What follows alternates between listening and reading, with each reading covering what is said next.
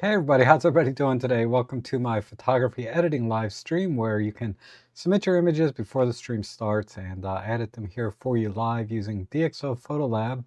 And today I'm on 9.8, 9.8.1-679. I guess there was an update last night. John or Adam, I'm sorry, I think it was Adam, emailed me and let me know there was a new update. So I did update that just this morning.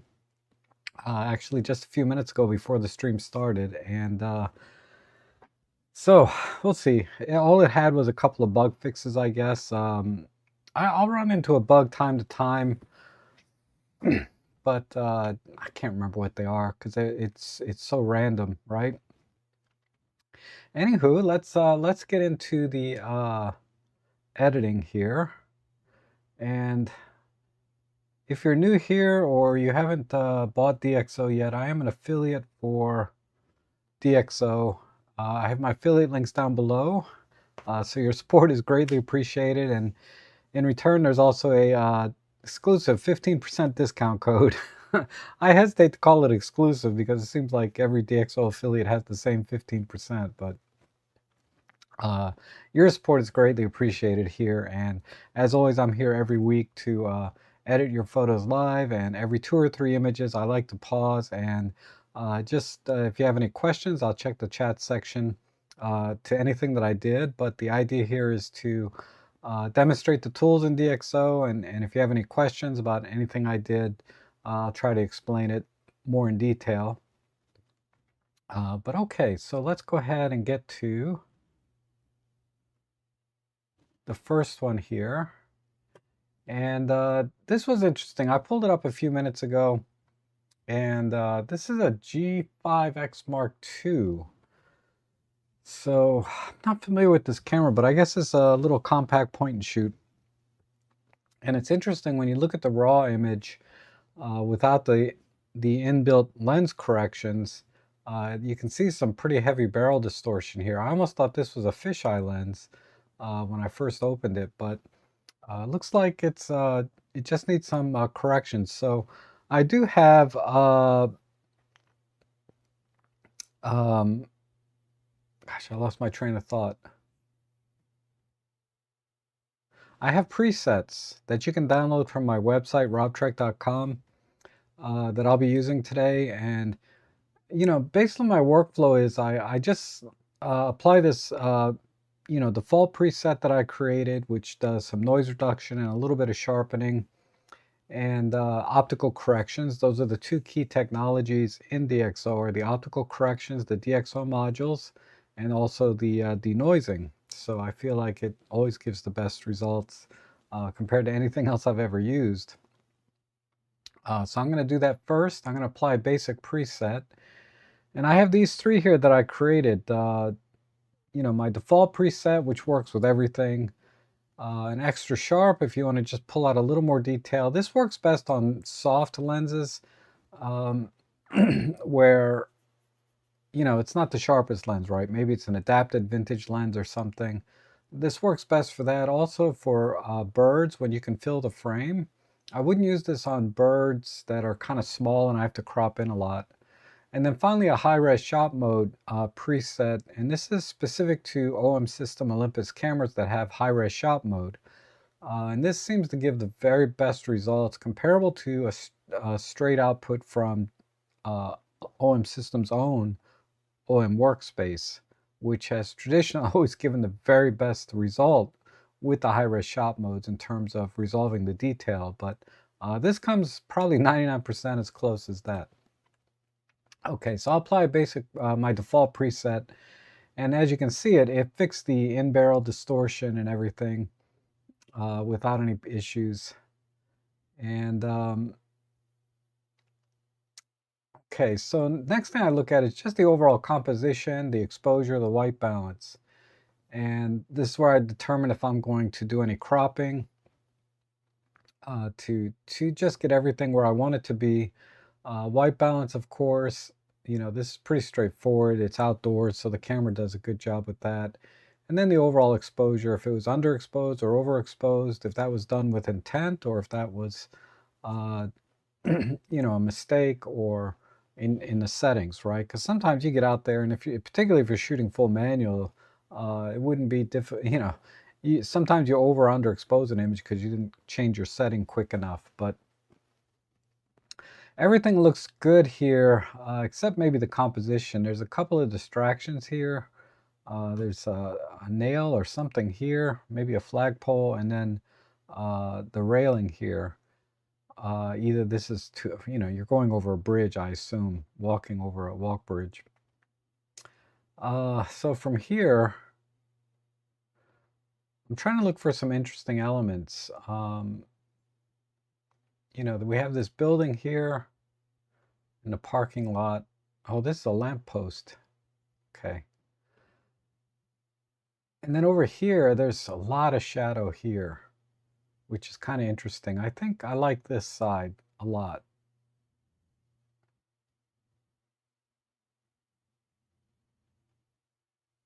So what I'm going to do is I also like to watch my corners and see what's going into the corners, if anything. And so I'm gonna crop here. The horizon looks pretty straight. I'm just gonna come in. I'm gonna have this path come down into this corner. And then maybe just crop out this part of the sky and just focus right in this area here. And I think that keeps one of the sort of accent or elements here in the background. This tree I'm a little bit weary of as well. I'm not sure I can crop in much more without changing the aspect ratio. But yeah, okay, that kind of works. That way, like when your eye comes into the frame, it's not just automatically stopped. Here, your eyes just kind of flow in from any corner, basically. Okay, so what I want to do, I think next is, temper the highlights here. They're a little bit bright compared to the rest of the scene. And then maybe brighten up this area here, because that's kind of where your eye is drawn to. And I tend to like that to be the brightest part. Or maybe leave this building, I'm not sure. But let me go ahead and let me just start with that highlight. So I'm just gonna just use a control point and just temper that down. And then what I'm gonna do is I'm gonna select this entire path and make it darker. So I'm gonna create a new layer here in the local adjustments. The AI does an awesome job of selecting objects for you.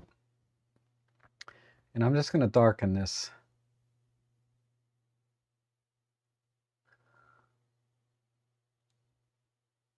Something like that. Maybe even a little more. And when I'm working with selective tones, and I like how it's laid out here more than Adobe Lightroom, is you have highlights, midtones, shadows, and blacks. And I like to keep a straight line here. I think that gives the most natural appearance. But okay, I think that sidewalk is now where I want it to be.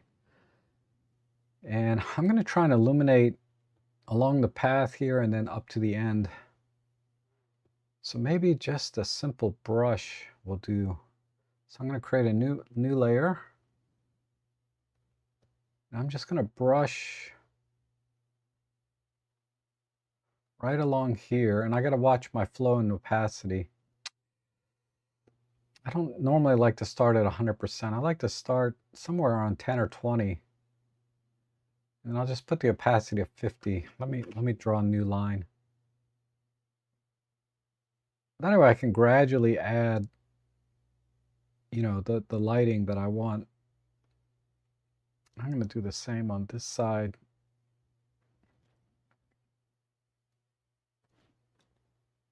And let's just push the highlights Now this is not making much change because most of the light is in the shadows, or most of the pixels are in the shadows here. So I'm going to draw, make this a little smaller, just come in again, just brush over it one more time.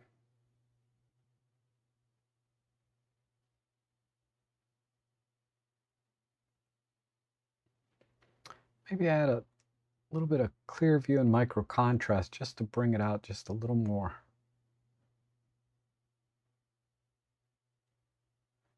A little bit more up here.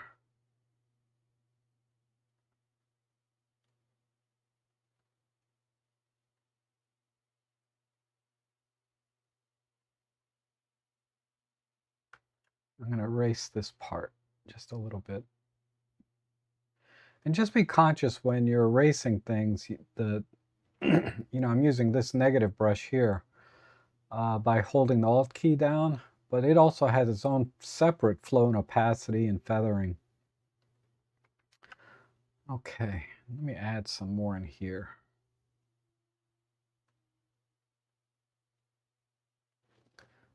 All right, so that's getting a little more defined. Just feather that up here a little bit. Okay, I want to bring out the shadows on this tree as well.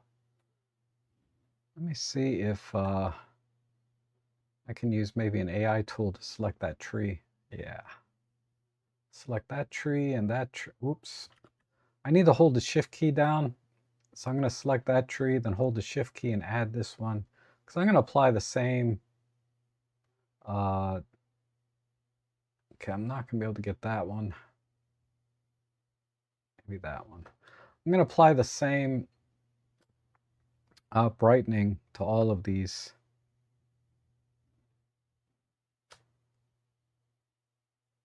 Yeah, I think I'll come back to those.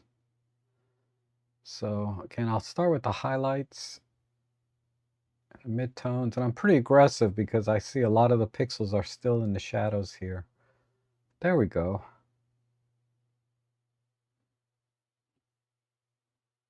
All right. And then I'm going to warm these up a bit. Whenever I add or subtract light, I usually like to adjust the white balance in conjunction. So I'm going to add just a little warmth since I did some brightening until it just looks about right to me. Let me add some micro contrast. I'm going to just push the shadows a bit more. Add some more warmth. Maybe some magenta to go with it. Okay. And I'm just going to adjust the opacity just a bit and then maybe diffuse it out. So I'm feathering the masking here with the diffusion, and then I'm just reducing its effect using opacity. All right, that's good. All right, now let's work on these shadow areas. I want to get these a little bit more dappled. So I'll just use control points for that. And what I'm going to do is make a very, very tight luminosity mask. What if I do some chroma too? Not too much. I want it to be feathered. But again, I'm going to push the highlights there, midtones, and then the shadows. Not too much.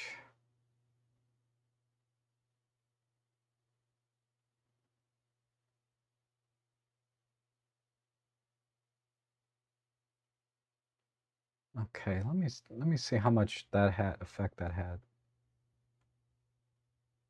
Just a little bit.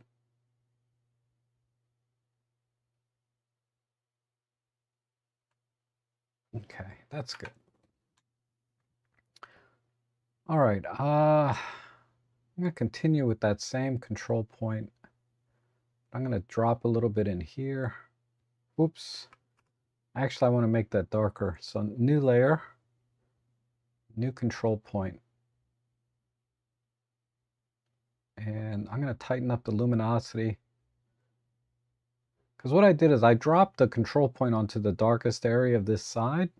And I just want to create some more depth in there. You feather that just a bit more.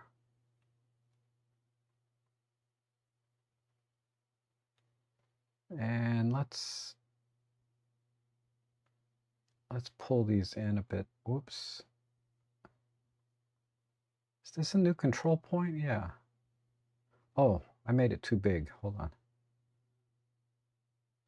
We'll make that a little smaller. We'll drop one there.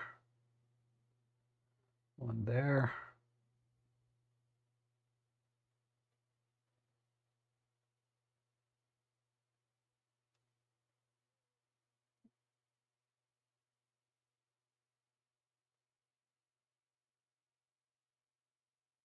And you can just move the control point around and see what effect it has. I think that'll be right about where I want it to be. Sorry, one second. Okay. I may have to do that one separately. So I'm going to get rid of that.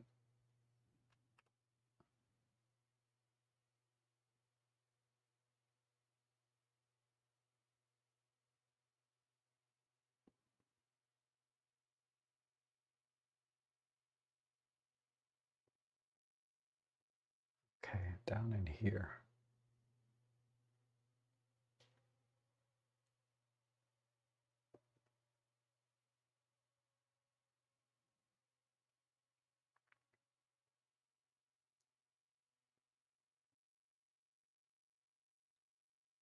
Okay, not bad. I'm going to work on the right side now and bring the lighting down just a bit.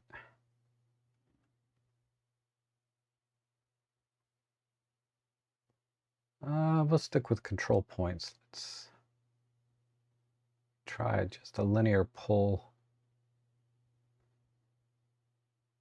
like that.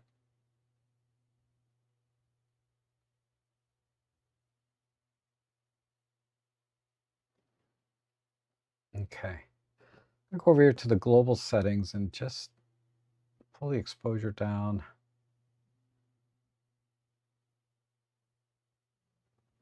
Like that. Now I'm going to add some light back in. I'm going to start up here. Let me see how this is going to work.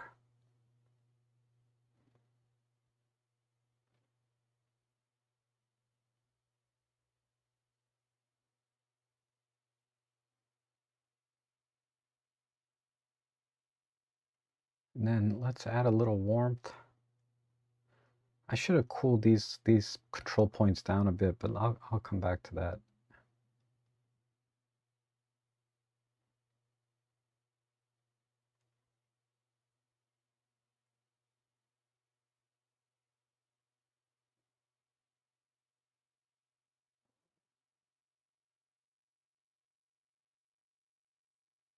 Something like that.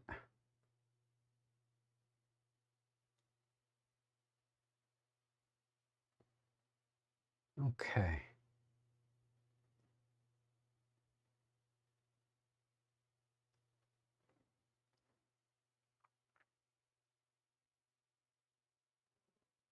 I like that building.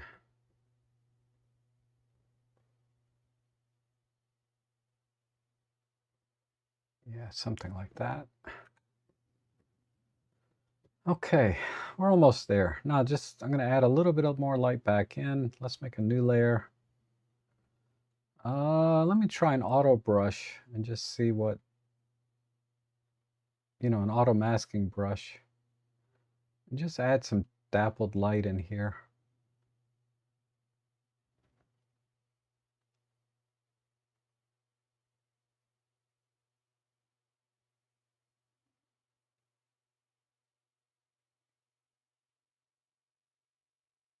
And warm it up a bit.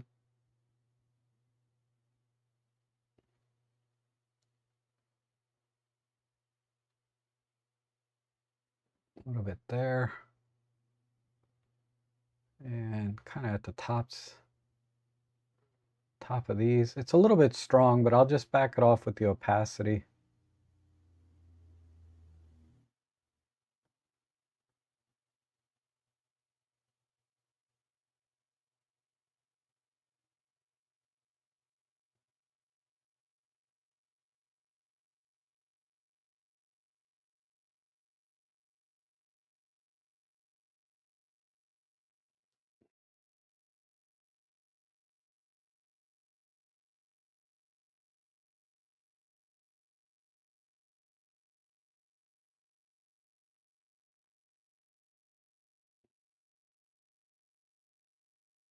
Another trail right in here.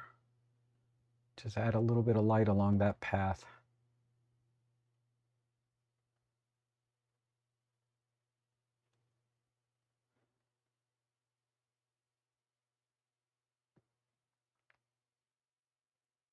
A little bit there. Let me go back to my shadow. This one was creating the shadows, right? Okay, so I'm going to cool that off a bit. We'll add a little bit of shadow here and here. No, I don't like that one. I need actually a little bit of light there.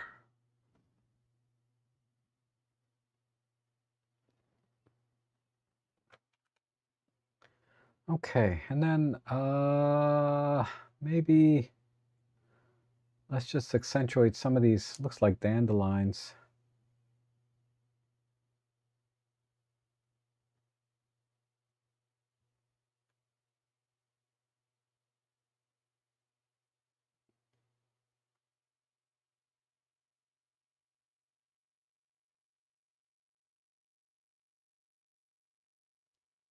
Okay.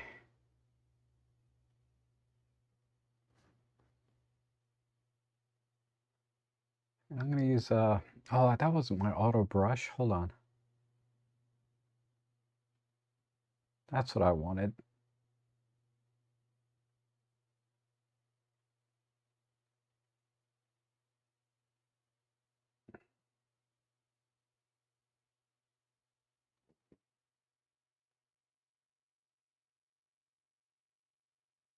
That one's a little bit strong.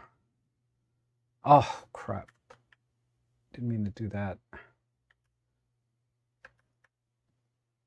Let me erase that.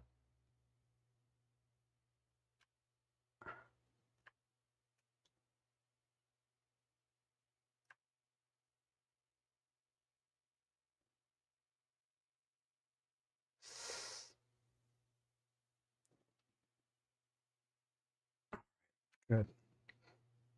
Kind of did it in a roundabout way. Let me continue with that right there a little bit. No, I like that. I just need it to be. Let me just erase a little bit in here.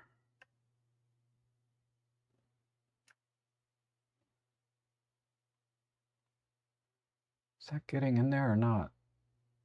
It's not.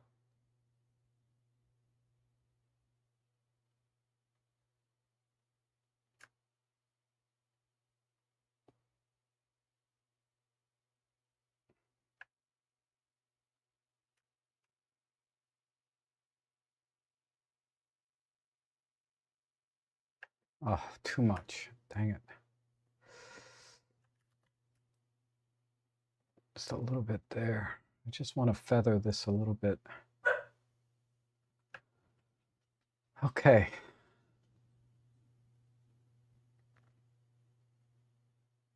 I think it was this.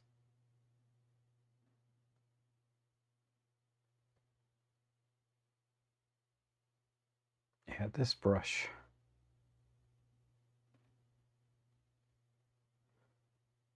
Just back that off a bit. And pull off some of that warmth.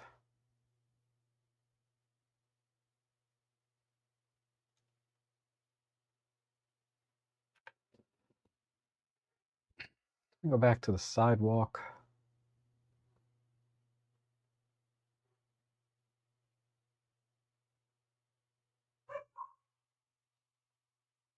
Let me just back that off a little bit.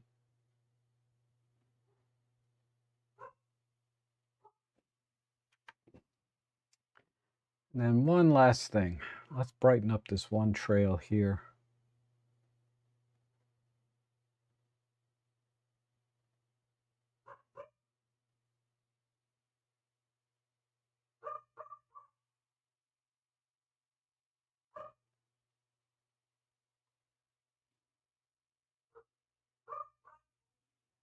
Okay, I think the last thing I'll do is maybe soften the image a bit. Turn that off.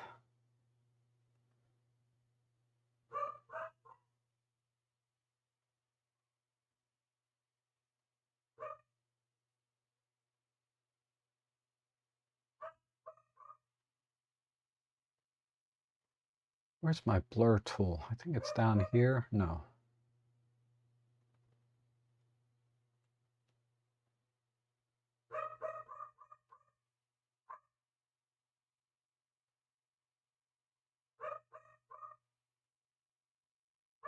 I guess I gotta do it this way.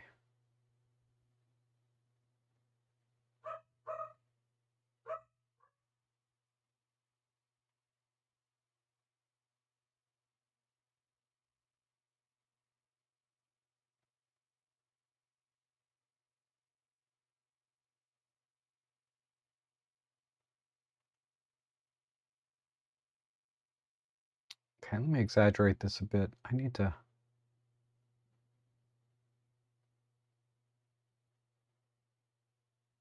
Okay. All right, that's good. Maybe just a little bit more light right here. I made that a little bit too dark. I'll just throw a layer on top of that with a control point rather than try to find my...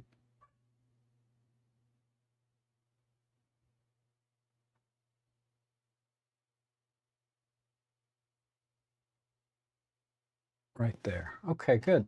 All right. So let's do a comparison. So there's the original raw image on the right. I'm sorry, here on the left. And my edit here on the right. So yeah, I think that works. So I should soften this light over here a little bit, but other than that, I think we're okay. And just adding light down here, I think makes a pretty big difference. And then showing off the trails on the left side, and then tempering the brightness, because this was way too bright here. But okay, very good. If we do it just side by side, or a slider,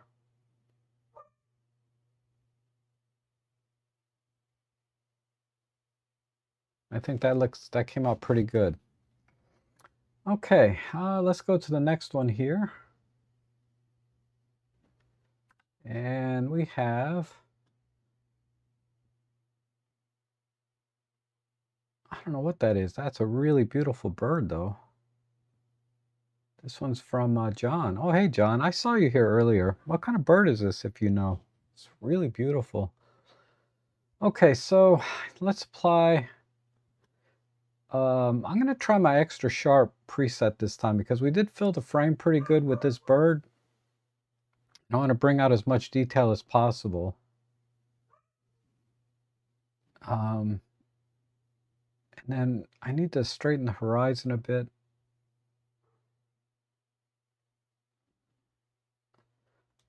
Oh, Bamsem says it's a pheasant. Okay.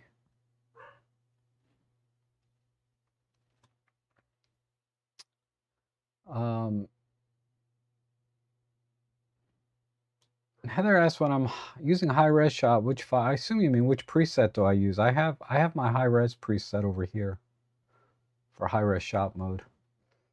Okay, let's darken the background a bit, and then just maybe just bump the color a little bit on the bird, and that's about it.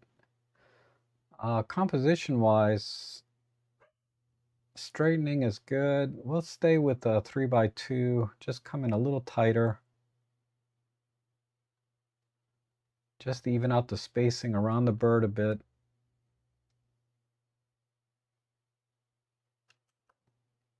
Like so. And let's go ahead and let's see if select background works on this. Select background is a little bit weak as far as the AI masking, but sometimes it works pretty well. So this one it looked like it would work well because it's very clear where the background is. So I'm just gonna temper the background a bit.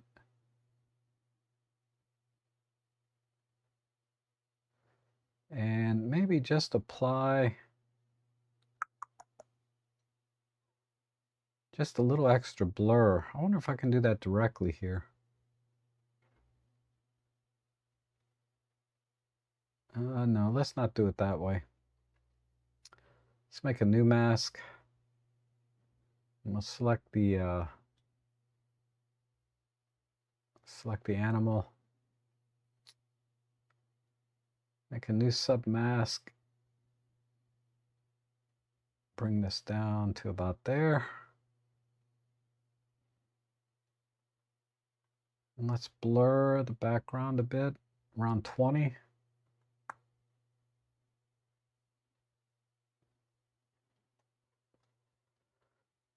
All right, I forget which one I have to hole punch. I don't do this very often, so let me move this up. There we go. So the mask has to be on top, and then the blur filter, the graduated filter, has to be on the bottom. Okay, I wonder if I can just temper that a bit more.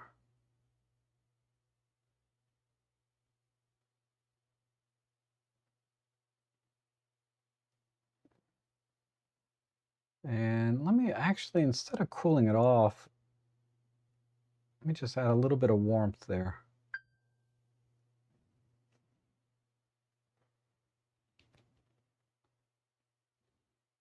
Okay. All right, let me go back to my bird.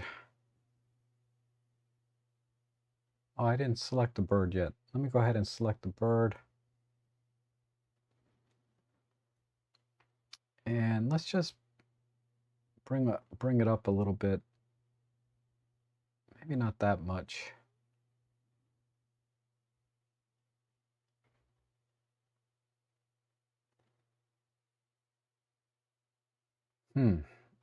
Let's just do a linear push maybe. Then temper the highlights a bit.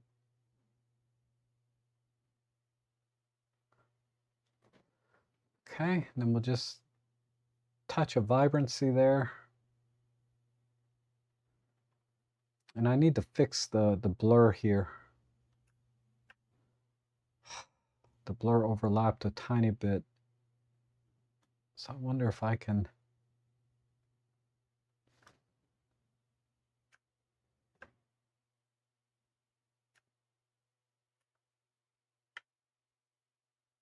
Is that doing it or not? Yeah, that's working, I think.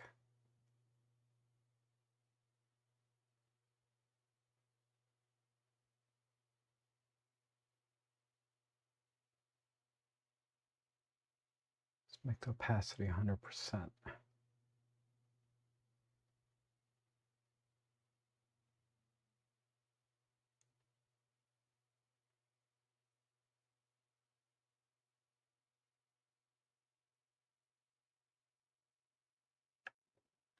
Okay, good. Let's add a little micro contrast. Where is that? Here. And then let's brighten up the eye. I'll just use a little control point. The eye and the area around the eye, just a bit.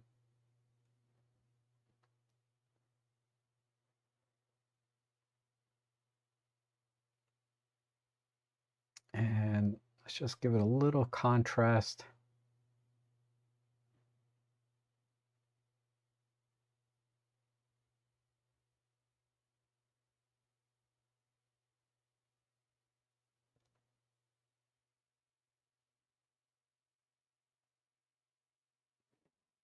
Okay.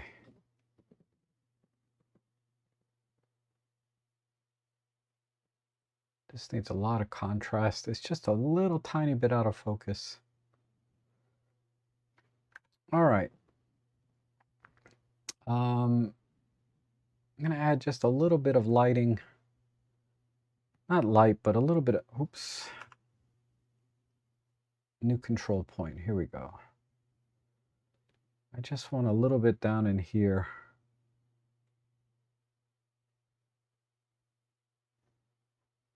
Just a little bit of warmth.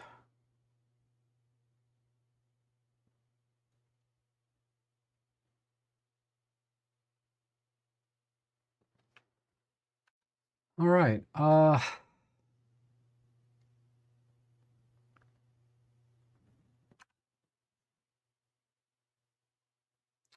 Pretty straightforward edit.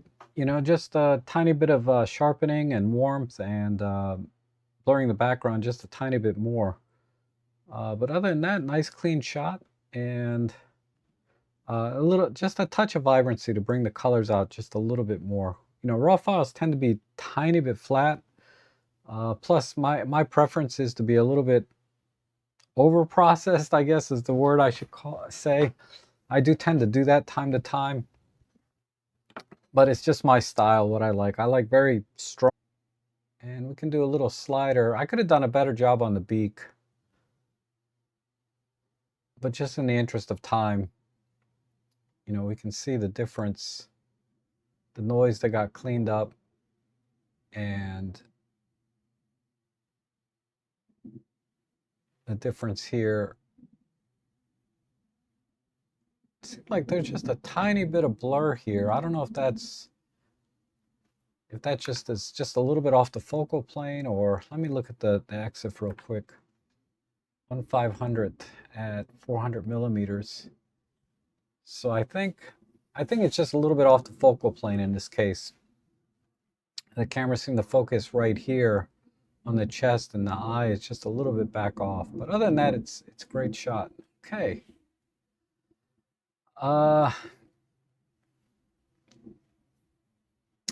Let's see, and John says this is a cock pheasant. Okay, thanks. It's a game bird introduced so that the landed gentry could shoot them. Okay. Poor bird. All right. Wow, is there an eye in there? So this bird is just basically sleeping with one eye open. They tend to do that. But we're going to apply just the default preset. And I think all we have to do is just, this looks like a wave splashing up.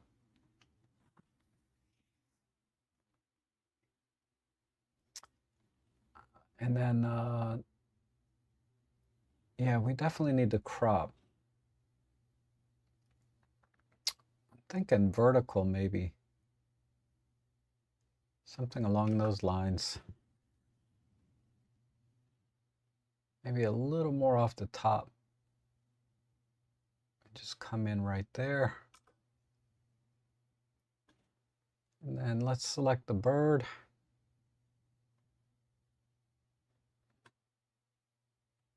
Like so. Actually, let me start at the bottom. Just a little bit of a push.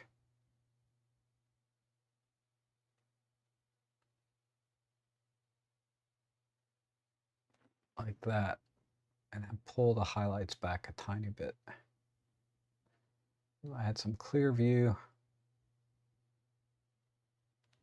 I'll zoom in so you can see what's going on. Some micro contrast. Just so we can really see the textures. And the eye is plenty bright as it is. So I don't think I need to do anything there. And then we'll just add a tiny bit of vibrance just to bring the colors out. There we go. Well, I guess that's not a tiny bit. We'll add a lot. All right, good. And let's go ahead and select the background. I may back off some of what I did on the bird. It looks a little bit too lumpy now. Let's see if I can temper this a bit. Add some clear view, some micro contrast. And go back to the bird. And I'm just going to pull the opacity. Well, I think what I did is I put too much clear view and micro contrast.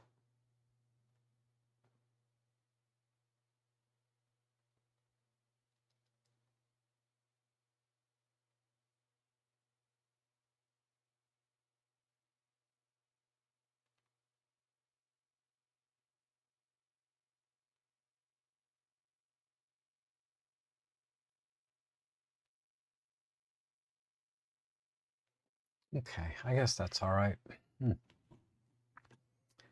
All right, let's add a little bit of warmth to the rock here. I'm gonna just do the masking brush. And just on the little parts of green. Maybe back here a little bit on the rocks.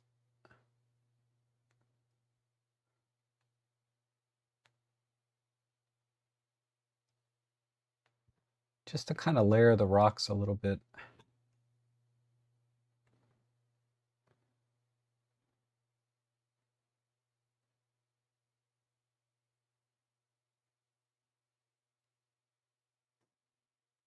Needs a little bit here.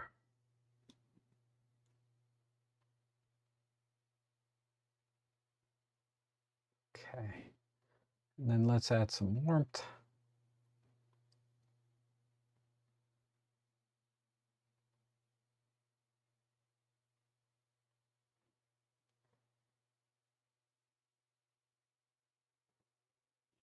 Then I'm going to add a submask with a regular brush. And what do we got? Flow and pat. Okay, we're good there. I'm just going to feather this a little bit right in here.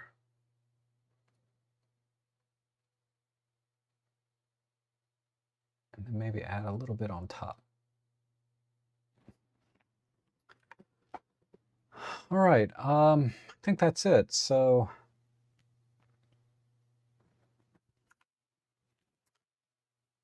there's the before and after.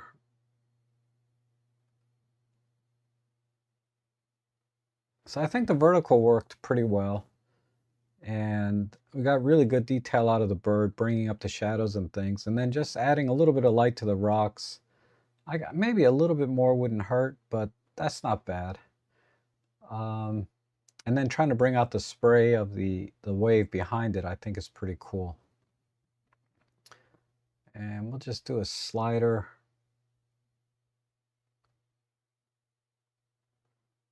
Just so you can kind of see the difference here.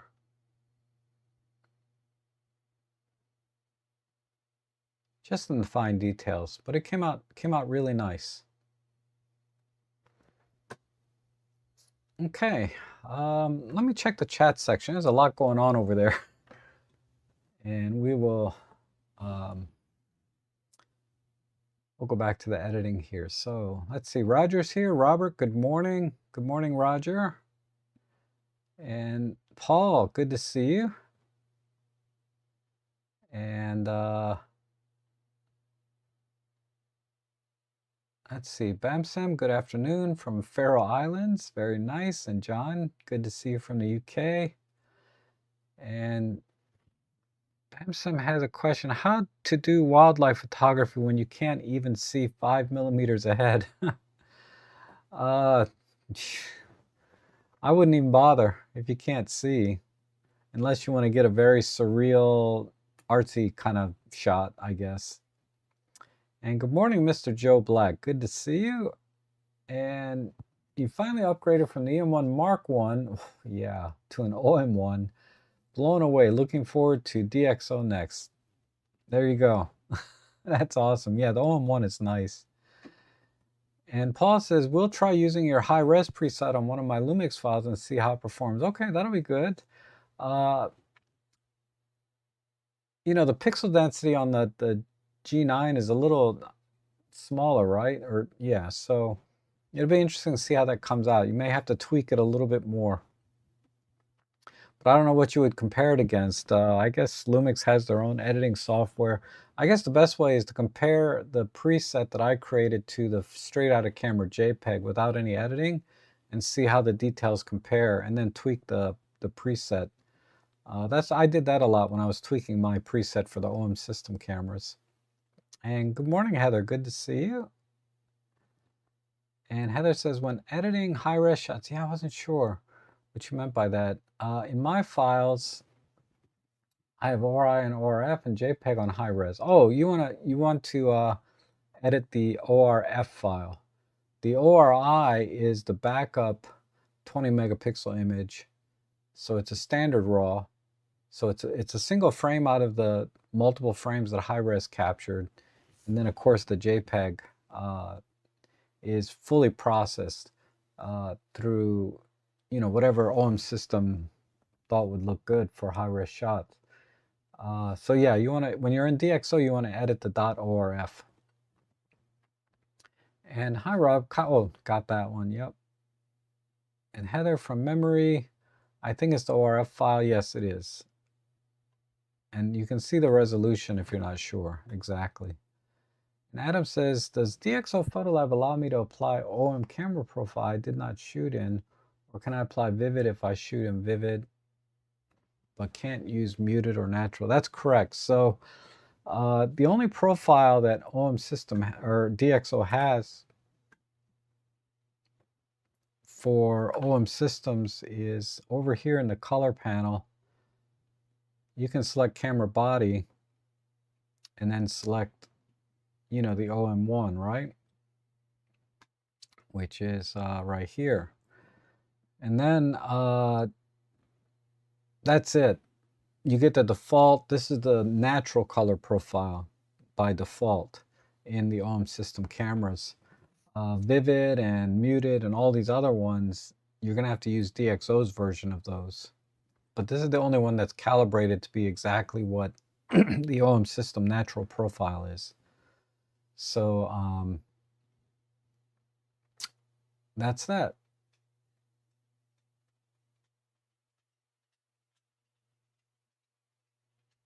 Oh, they have it here. But you can see just very subtle changes. But don't overthink it. Just use the OM system's default, or I like to use natural. But sometimes I go to Vibrant or Vivid just to see what they look like. But 9 times out of 10, natural looks pretty good. All right, and Eric's here. Good to see you. Okay, so let's go back to the editing. And we have a little baby duck. I'm going to apply my extra detail or extra sharp preset. And again, they're available free on my website. Let's just do a little bit of cropping just to balance out some of the spacing around the duck. I like this little accent of green here. I wish it was a little bit more prominent. It's okay. So I think all we have to do is just darken the background a bit and add a little light to the front of the duck, a little fill light. So I'm going to create a layer here. Let's just do a regular gradient. What do they call it officially? This is a graduated filter. Come all the way down. And let's just pull that in a bit. Maybe even come down some more. Okay, let's add a submask. And we'll go ahead and select the bird.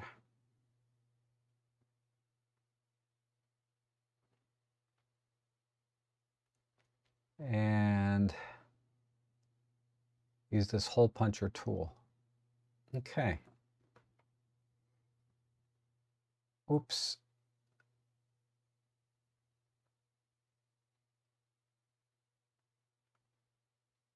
Let's do it in the same mask.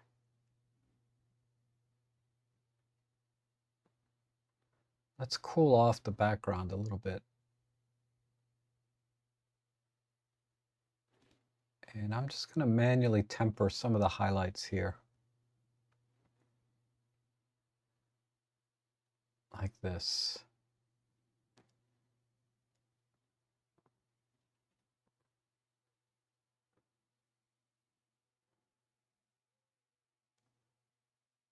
This one's totally blown or clipped.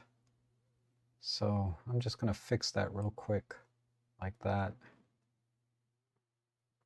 Okay. Maybe this one over here too.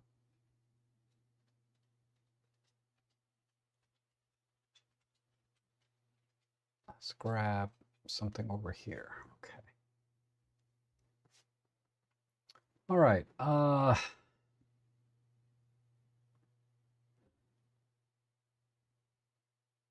Let's select the duck again and see if we can fill in some of the shadows.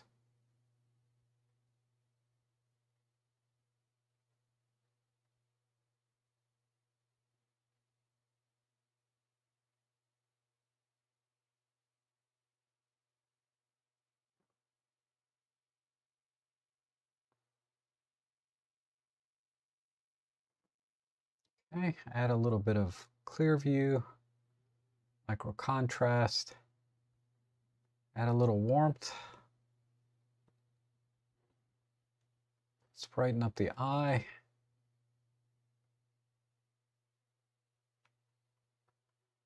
And I'm going to put the eyedropper right on the iris where there's a little bit of color.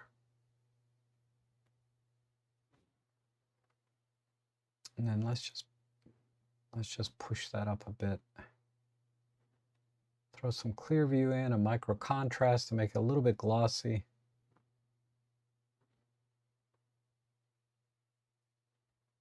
Maybe a touch of vibrancy.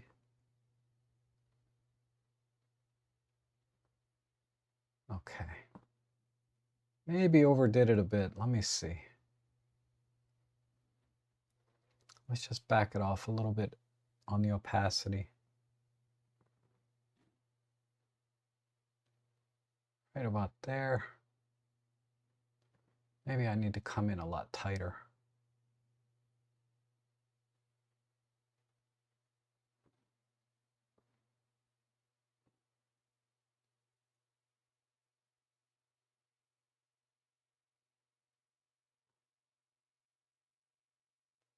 Okay, good. And let's do the same for the beak. Just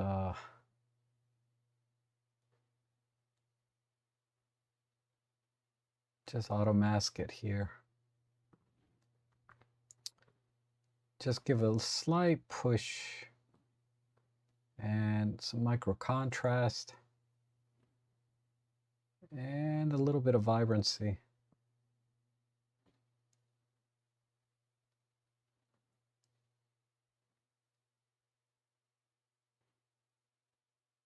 And contrast. All right. I would like to bring out this eye, but I need to, let me see if I can add a submask and a negative brush.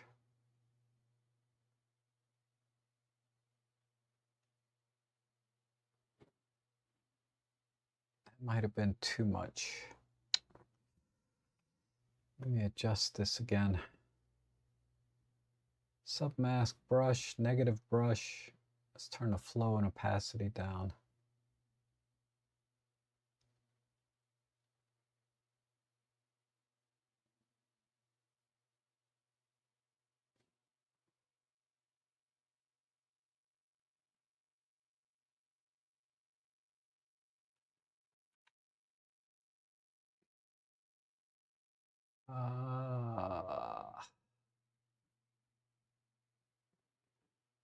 Oops.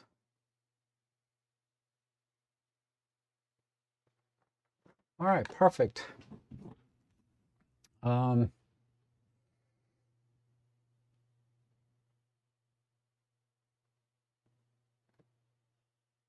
me temper this a little bit more too.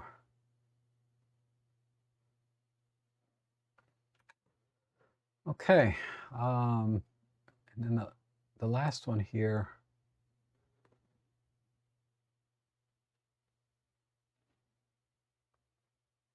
I'll just back this off a little bit. And maybe let's just do one more thing. New mask. Let's just add a little bit of a vignette. So I just take a control point and turn the opacity and diffusion to 0. And then just temper this a bit.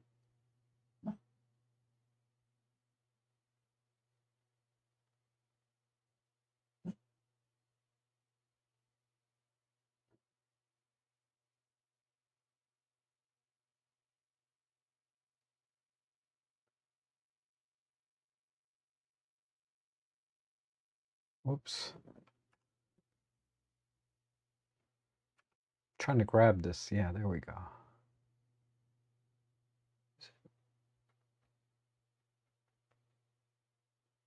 Is it doing anything? It's not doing anything. Why?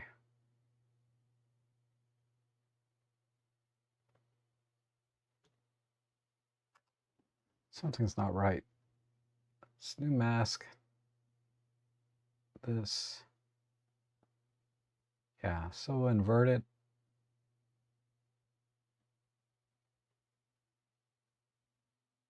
Yeah, invert it.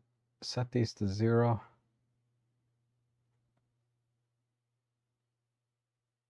Oh, dang. That's the wrong one. I meant to do chroma and luma, not opacity and diffusion. There we go. I was like, why?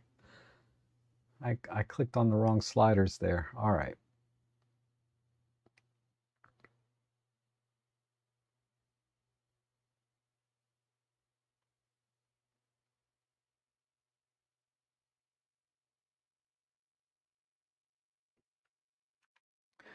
All right, let's do a comparison. Oops. And there's the before and after. So, wow, that duck looks way different now. I don't think in real life it's that yellow, but I did add some warmth. I think I need to just back off that white balance a little bit. Let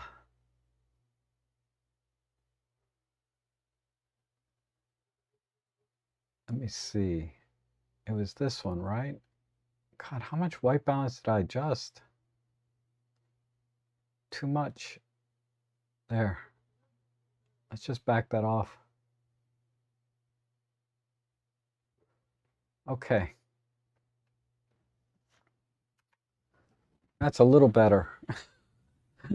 I made the duck yellow. I don't know what it looked like in real life, but I don't think it was that yellow. But yeah, I think that looks good. So we brought out the eye, the color in the beak, and then the detail in the feathers.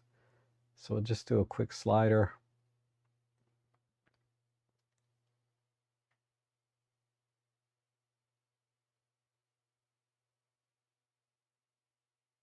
But yeah, really, really nice job. I mean, DxO did a nice job anyway, bringing out the details. All right, see the next one here. Ooh, looks like a egret Got him a fish. So I'm just hitting the F9 key to bring the panels in and out. We're going to apply a default preset here. Definitely need to crop, and we're going to adjust the lighting as well. I guess that's good there. Wonder if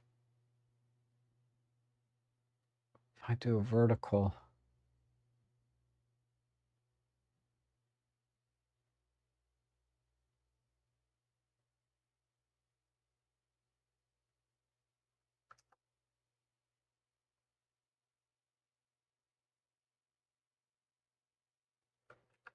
I think that'll do.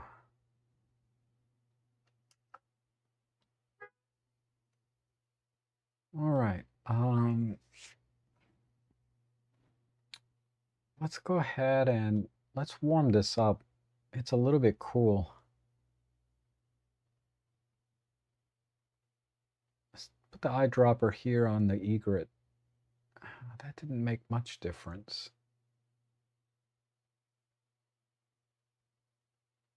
I guess that's good. And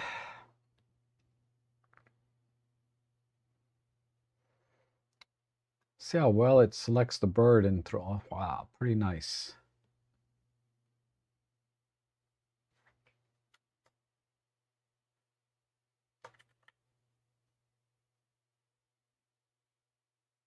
Oops, select the bird.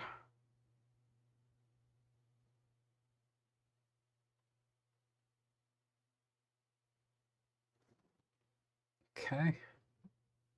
Add a little bit to the eye.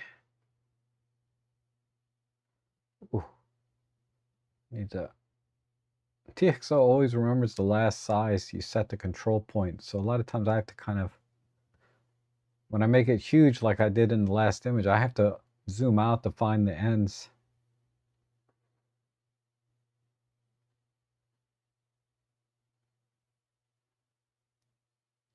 Some clear views, some micro contrast, maybe a little bit of vibrancy.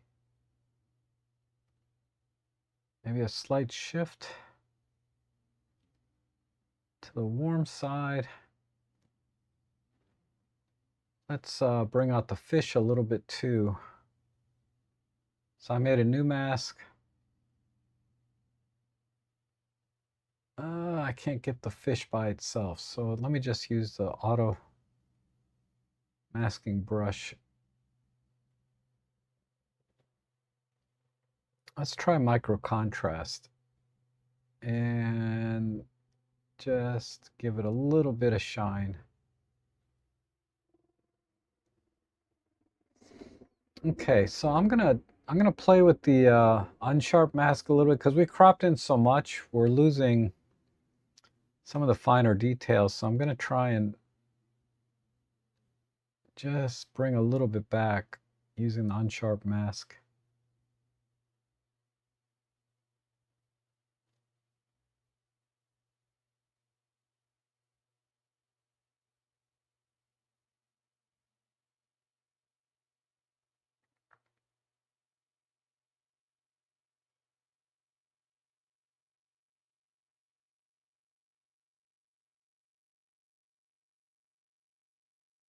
Okay. Yeah. It's a little bit much, but not bad. All right. Go back to the bird. And let's just temper the highlights a bit.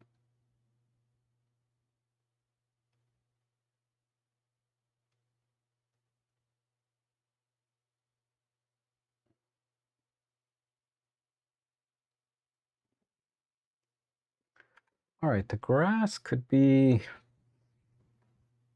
let's see how well we can select the grass. Let's do that. Let's give the grass a little bit of depth.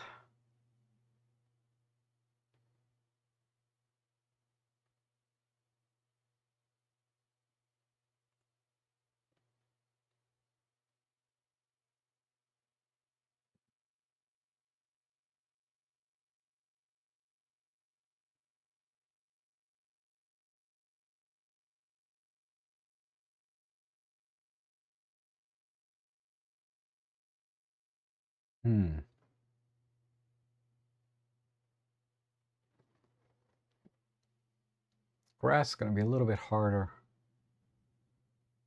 What if I do this and this?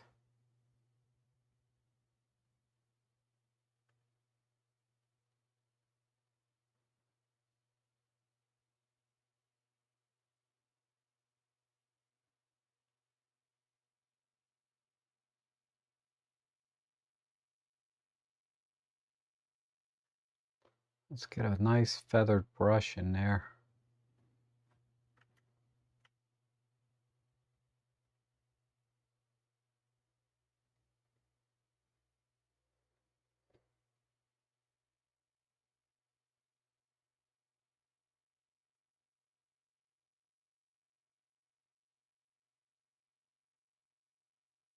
I just want to add a little bit of light into the grass.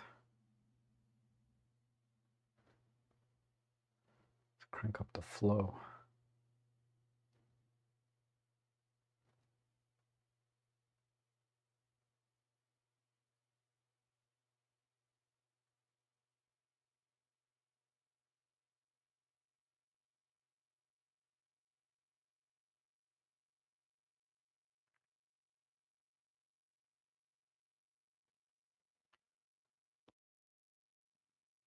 A little bit more flow.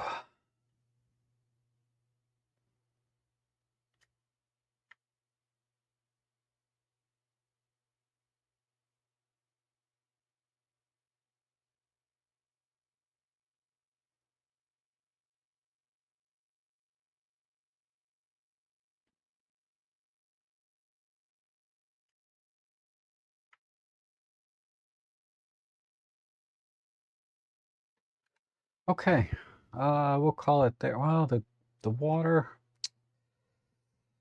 Let me see if I can get the water.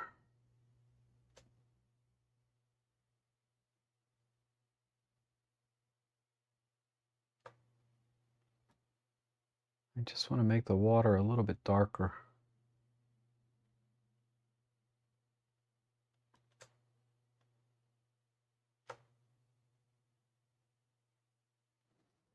That's fine. Cool it off a bit.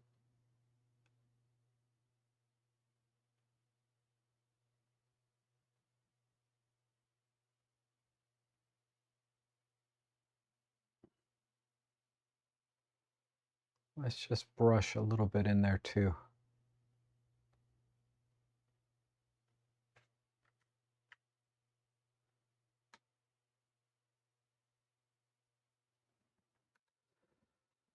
Okay, we'll compare that.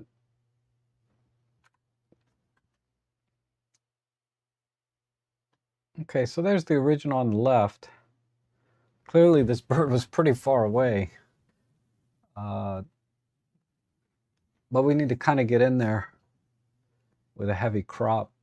And then I tried to layer the grass. So you'll notice the grass here is a little bit darker than the grass here in the front. And then make the water a little darker. I probably need to temper the highlight here a little more now because I made the water so dark. But other than that, I think it came out pretty good. So let's just do a slider and just come in into the fine details and just see the difference there. Yeah, definitely need to bring that down a little, but other than that, I think we're okay.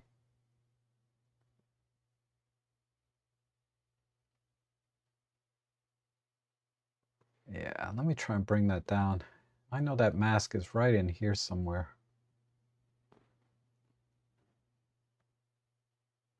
And then this one.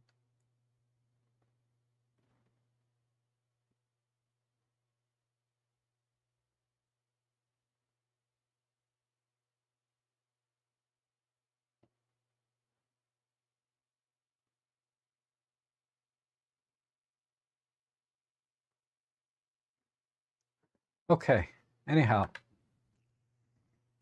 there you have it. I think that came out pretty good versus the original.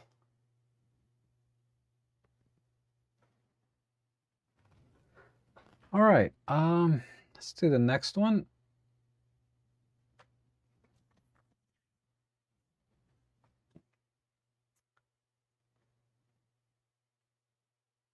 And this one is from Heather as well, it looks like. This one was, yeah, this, oh, so you got two in here. That's fine. Ooh, a little tight up here in the top. If I was going to use Photoshop, I'd add a little bit to the top here for the canvas, but DxO doesn't do that, so we'll have to work with it as it is. Let's start with a default preset. This is an interesting, that the white balance is just a little bit off for me. I'd like the water to be a little bluer, but the sky is creating this really orange cast overall.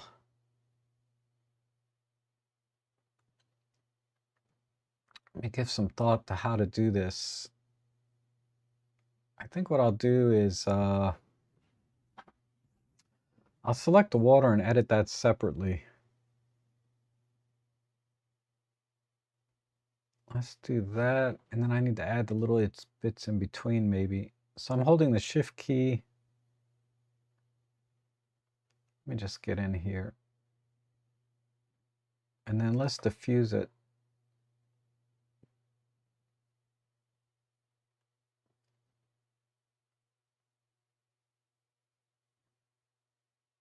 Oh, I have to diffuse these individually.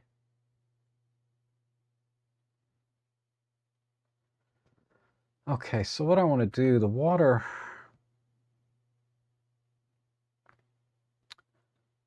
needs to be shifted a little bit. I'm not sure exactly what color. I'm trying to get rid of a little bit of a reddish pink. I don't know my colors well enough to tell you exactly. Let me try. Let me just go around and see which one I like.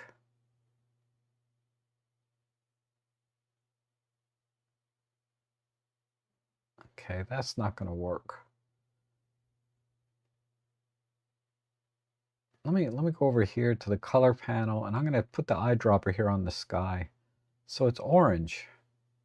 All right, so I'll go back to the local mask. It's too bad the local mask doesn't have like an eyedropper. That would be nice. I get why they can't do that really. But if you want to select a color for the mask, the way to do it is to go into the regular color panel, use the eyedropper to select the color. Like that. So I'm going to select the sky because this is the color cast that I don't like on the ocean. Then go back to my local mask and it's here. So let's darken and desaturate. Oh, that's better.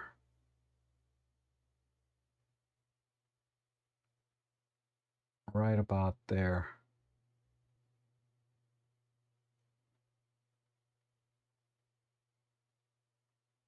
Okay, that helps. All right, let's add some micro contrast and a little bit of clear view. And then push, oh, not that much.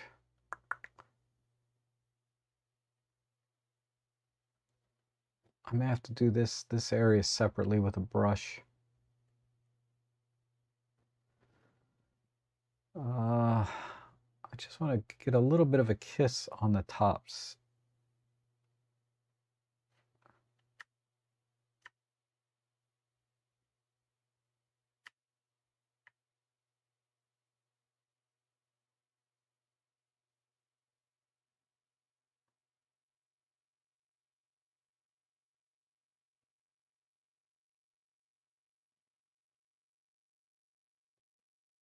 Okay.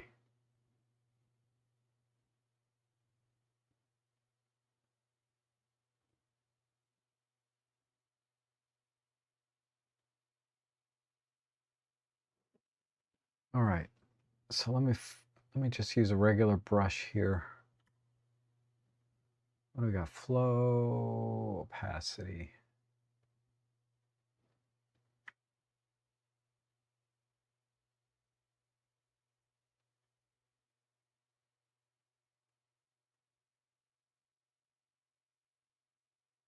Yeah, I should have just used a brush.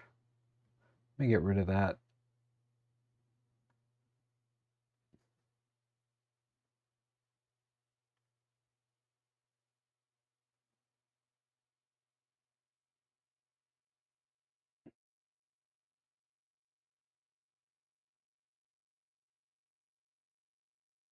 Okay.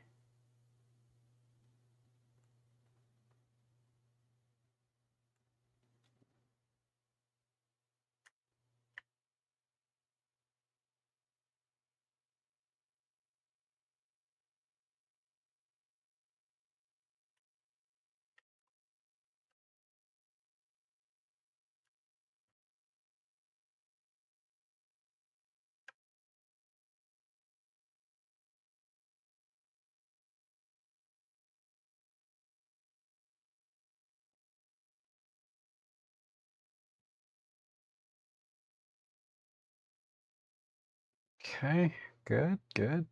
A little bit there. A little negative there.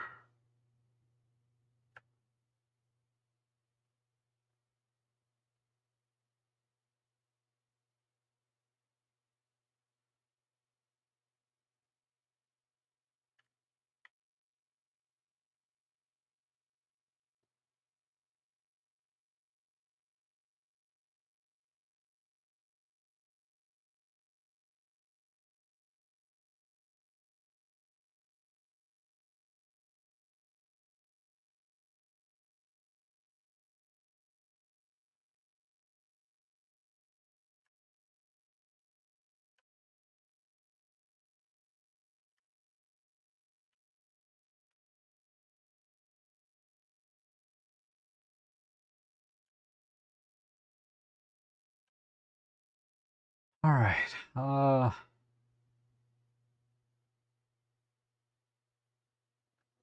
Just back it off a little bit.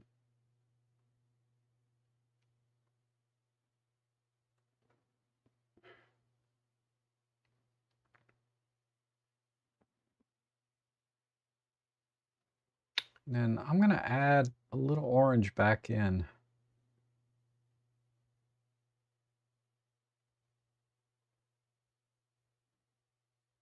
Just in those parts. Okay. All right. Let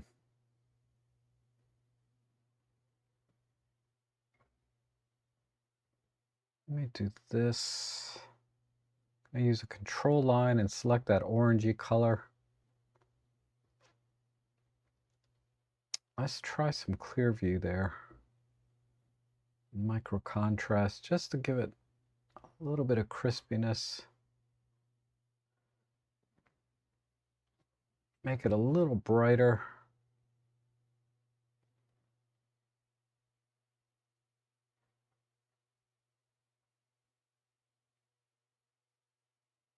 Let me see. Okay. Not quite exactly what I wanted.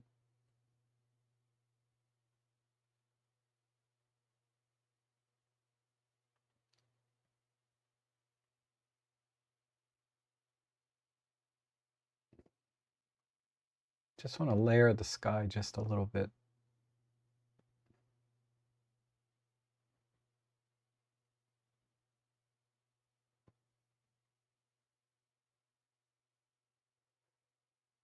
Okay. And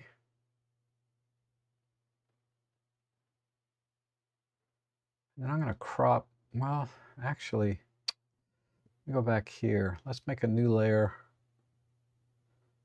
Use a brush. Let's crank this up a little bit.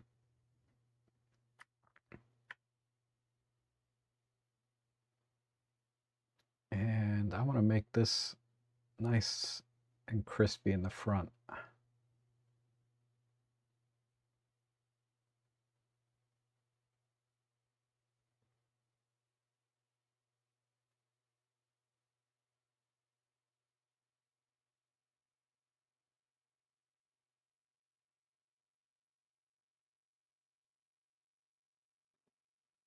Okay.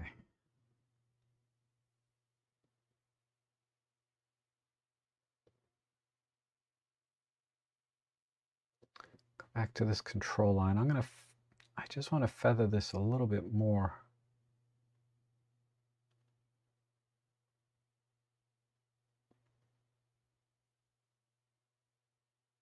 A little bit tighter.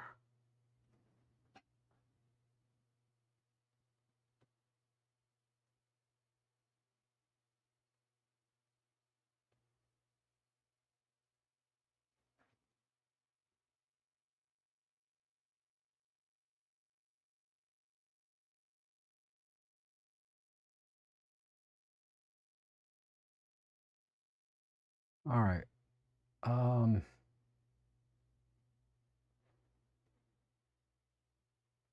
New layer. And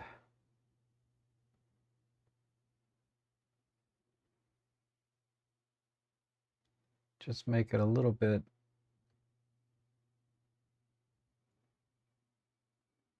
like that. I know that the sun wasn't there, but you can kind of fake it doing this, but I think that looks pretty cool.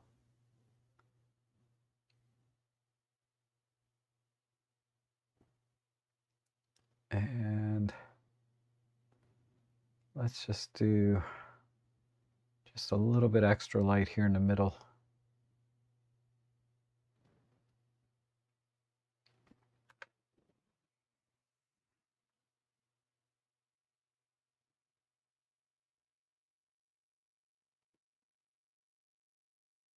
Where are we at? You're 241 millimeters, so the sun would probably be about like that.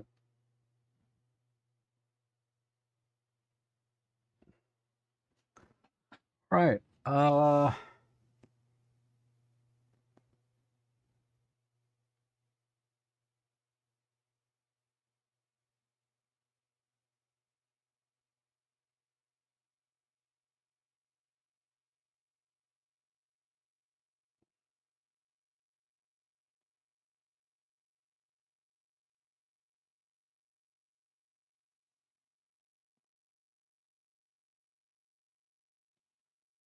Give it a little bit extra push here.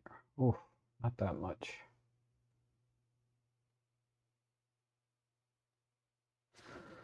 All right, we'll call it there.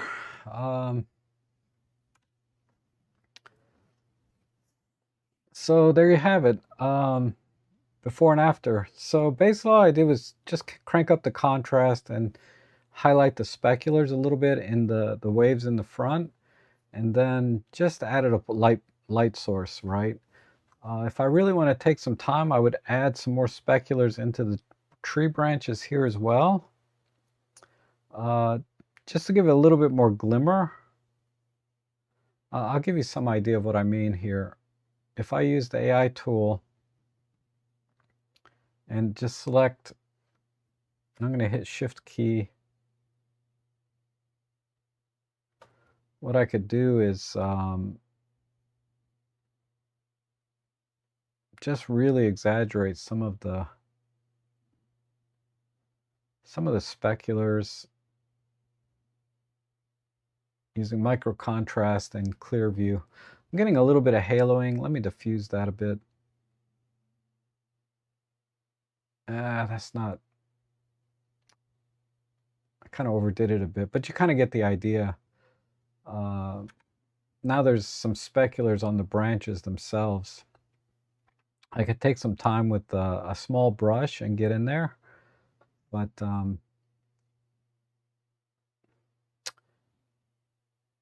I think that looks pretty good. And I didn't have to crop or anything. I was able to just sort of separate everything just using light, right? I might add a little more highlight here. This is not quite as bright as it needs to be. Let me go back there. I think it was this one, right? Let me just make a new control point and put that in there with the sun. Yeah, something like that. Okay, very good. Let's go to the next one here. This one's from Chris. So we have a great blue heron. Apply preset. Let's just do a default. And let's see. What would be a good crop for this? This guy is really far away. Just use rule of thirds.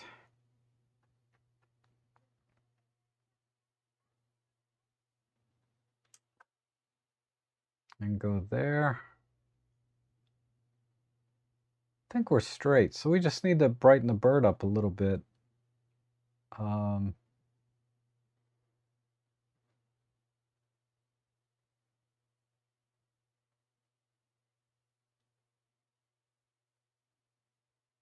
Let's add some micro contrast.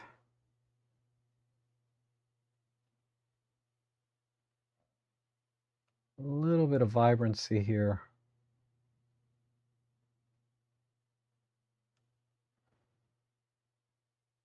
And then let's do the same for the pole. I'm going to do the pole separately.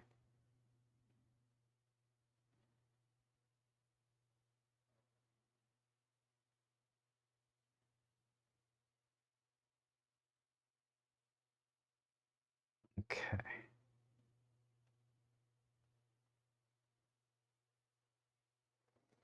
Good, good. All right, and let me work on the bird itself. Let's see. Bird's going to be tough. Let me tighten up the mask a little bit.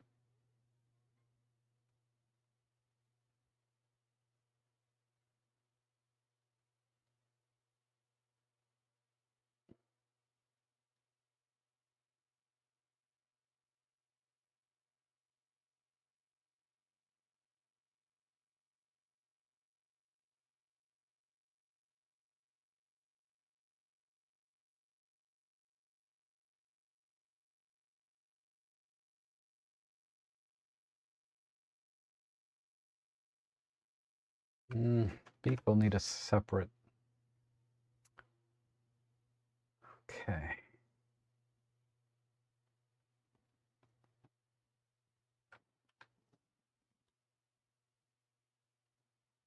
Maybe a little warmth on that bird. So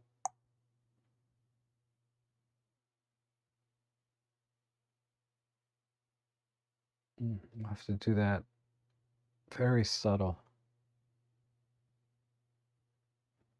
A little warmth on the pole.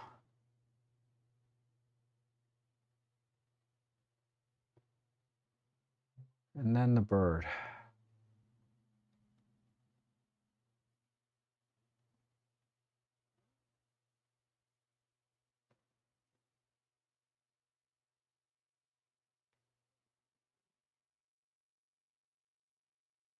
Back off this a little bit.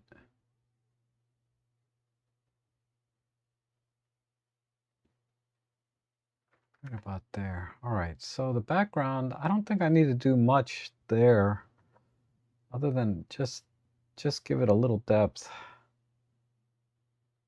So make a new mask. And just pick some of the darker parts of the scene.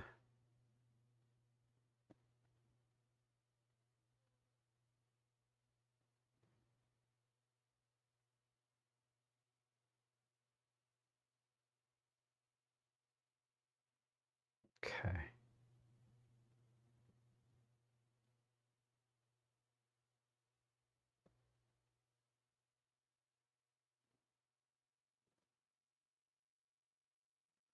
Oops. What I meant to do is just spread this a bit.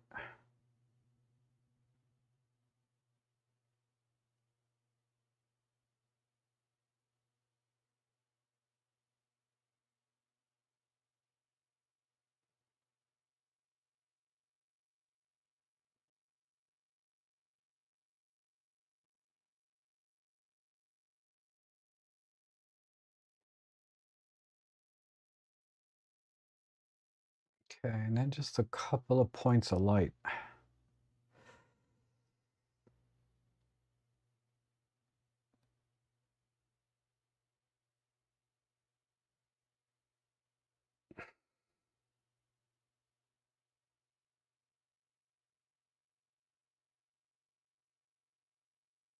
Add some warmth.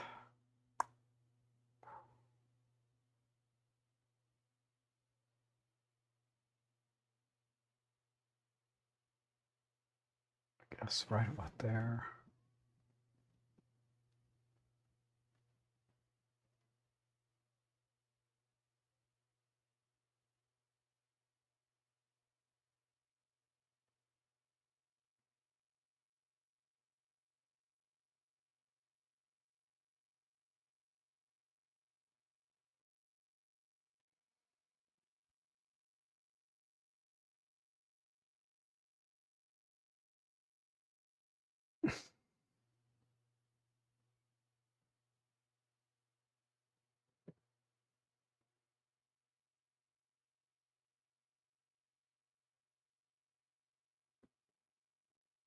Okay, the bird is just still not quite right.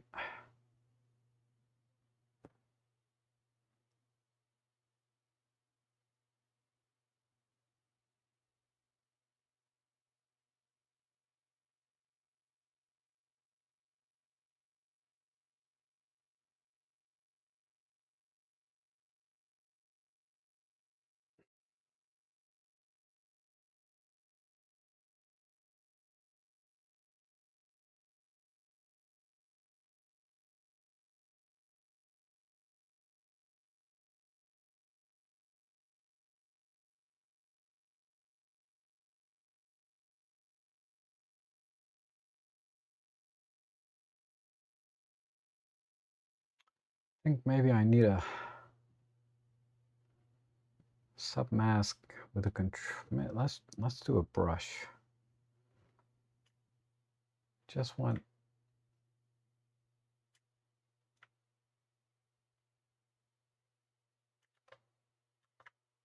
Let's try that again.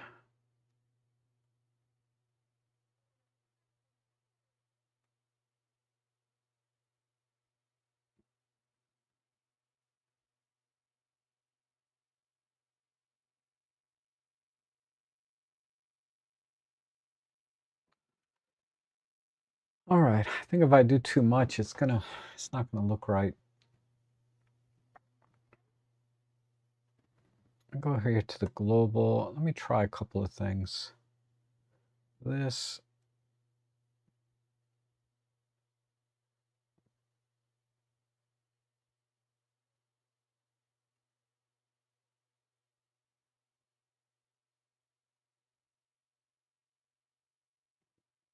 All right. Now the bird has too much contrast, so let's turn it.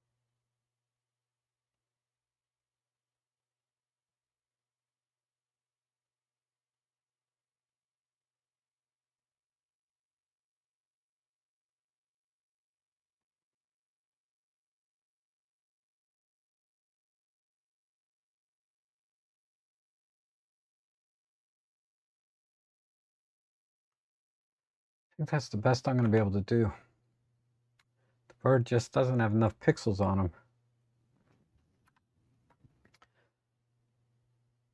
All right, so here's the original on the left. And that's my edit. I'm not completely happy with that, but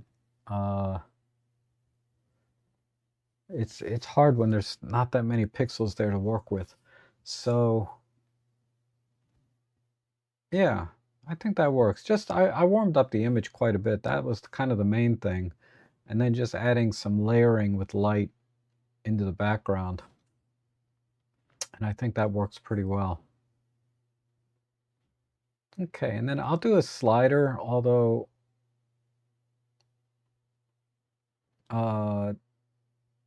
with so few pixels on the bird, it's not going to be quite as impressive when we have more pixels. But not bad, right?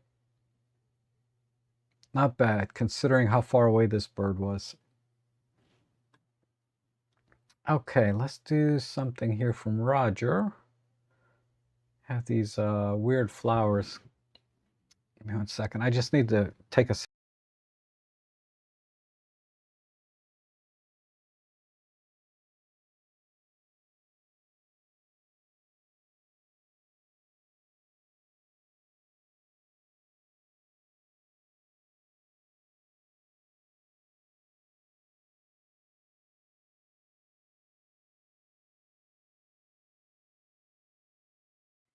All right.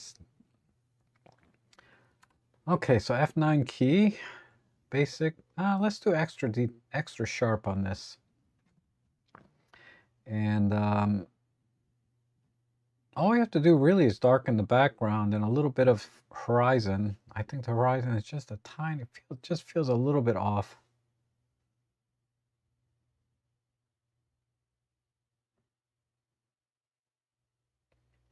About there looks good.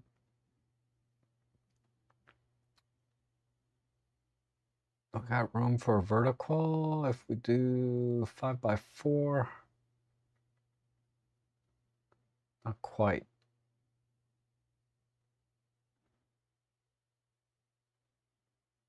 So we'll do a square.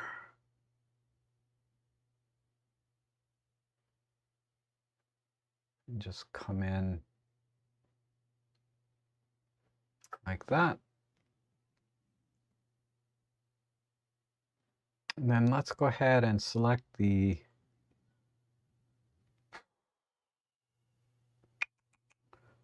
see how much of the front we can select. I wonder. Flowers. Okay, not bad. Let's go ahead and select the stems as well. So submasks, shift click the leaves. Maybe I can use yeah,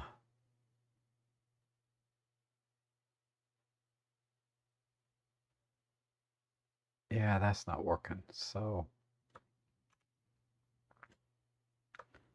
let's just continue with the pointer.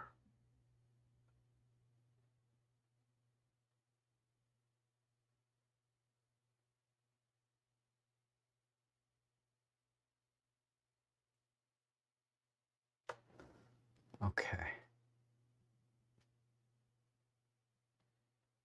Good enough.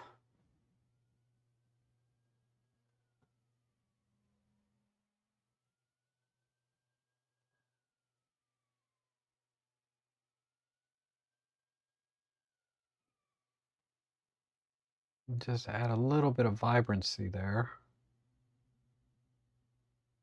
A little bit of warmth.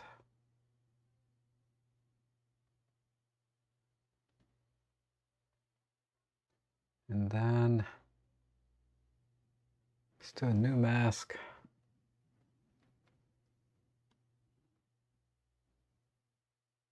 Let's go ahead and select the flowers again with just the stems. And then let's invert.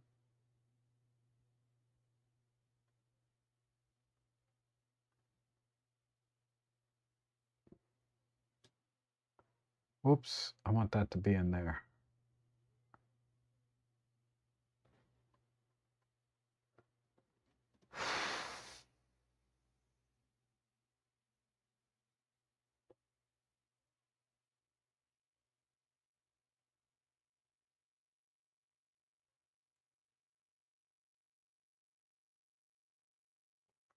Just want to darken the background.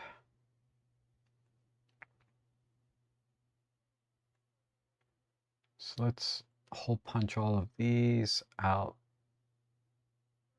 That was not doing anything.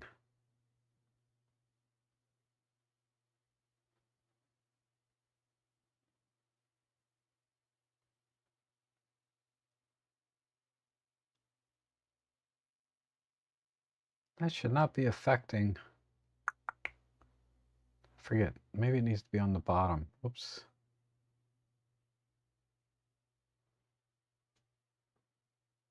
Yeah, there we go. Cool that off a bit.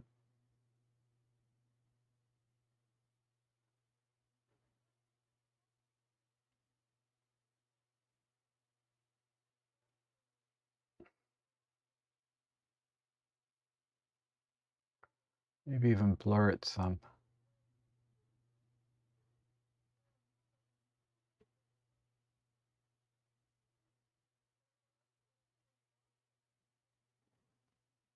Okay.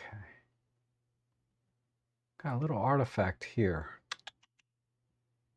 Let me see.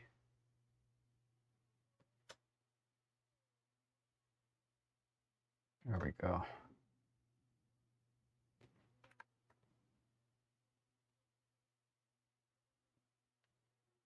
I guess the last thing might be to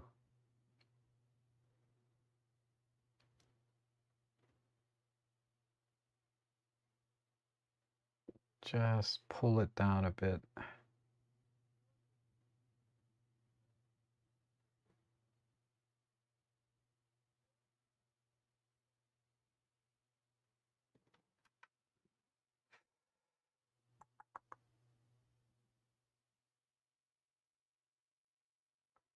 Okay.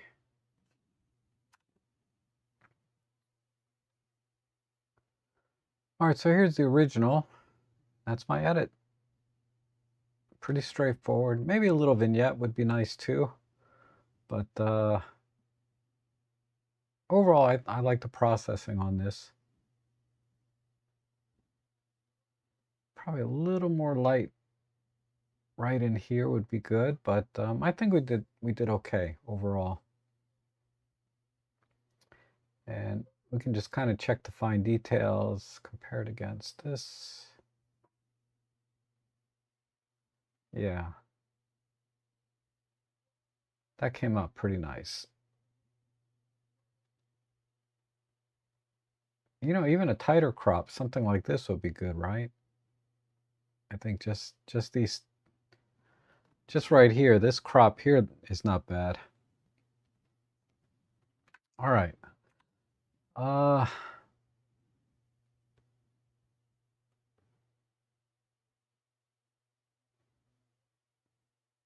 yeah, I think a very tight crop right in here would look good.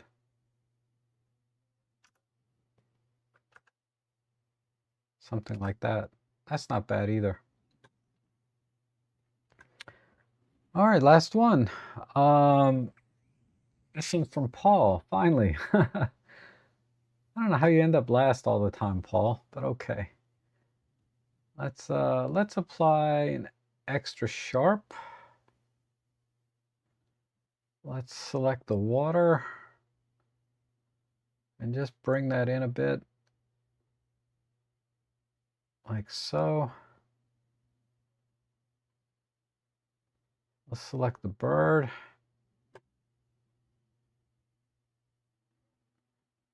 And let's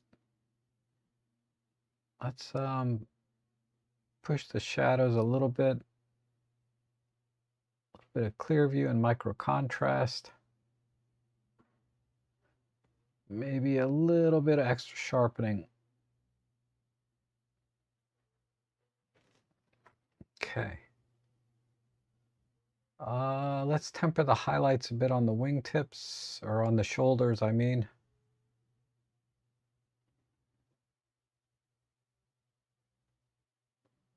Tighten up the luma just a bit. There we go.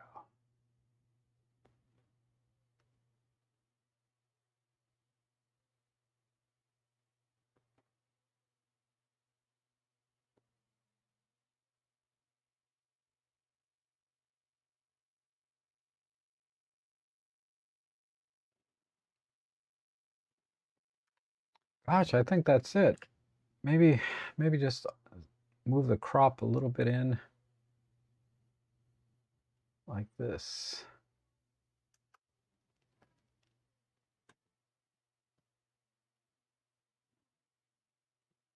Uh,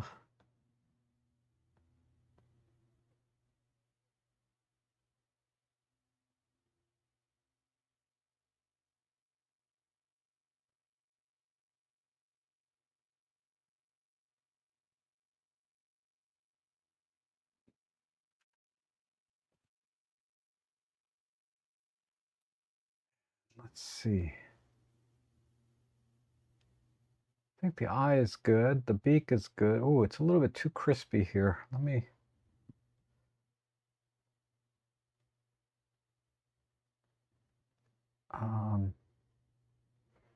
back this micro contrast, or was it sharpening, I think? This, maybe back this off a bit.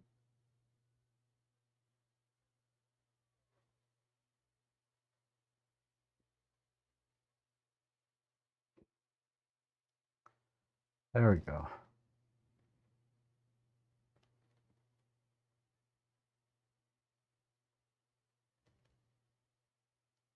A little bit of orange down here and a little bit orange. What if I do that?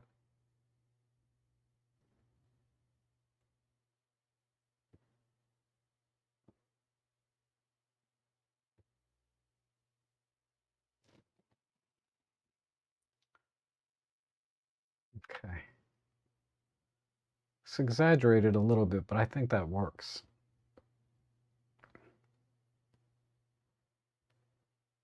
Okay.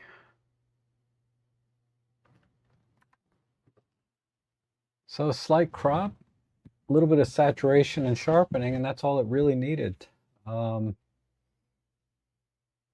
Nice clean shot. Interesting bird.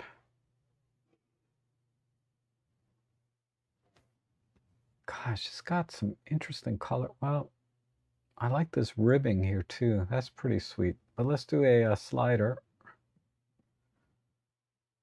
But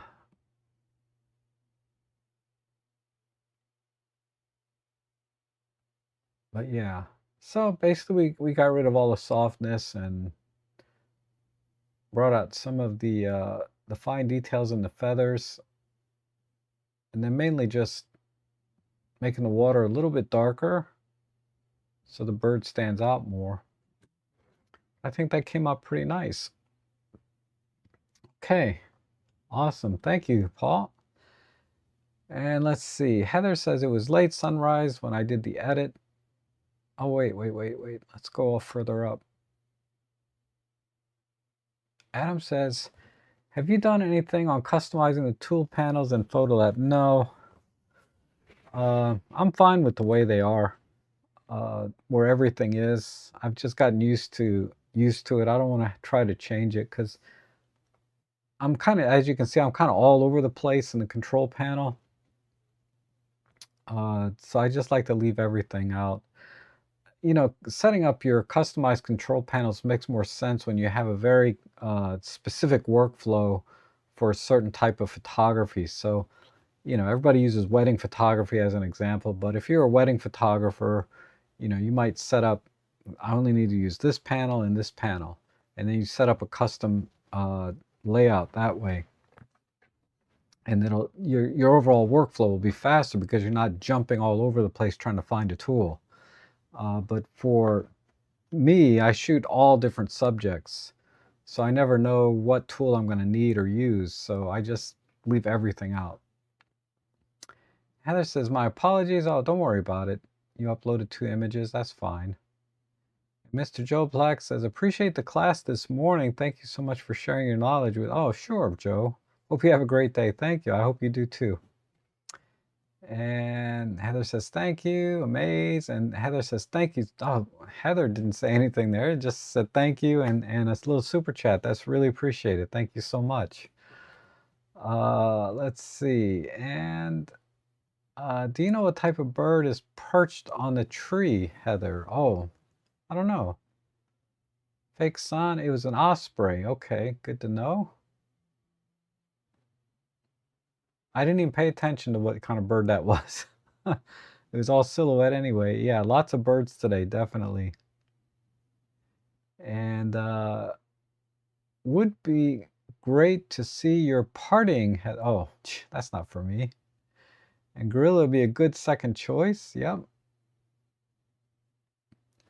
I will have to find something different too, as I've also submitted birds. Oh, you know, it's springtime, so the birds are out, right? Migrating and pairing up, and And having little chicks and ducks, so it makes sense, we get more birds. It's nice to get sort of images that are seasonal, right? Since I'm doing these every week, it would be interesting to watch these on a seasonal basis, and see the different kinds of photography we get for each season. But whatever you guys want to submit doesn't matter to me. But I kind of like that idea of having seasonal type photos. It's the adult Egyptian goose this week. Oh, wow. Interesting. So that's what that was. And as usual, okay, we'll take a look at your edit. Let's see. See if I can find that real quick.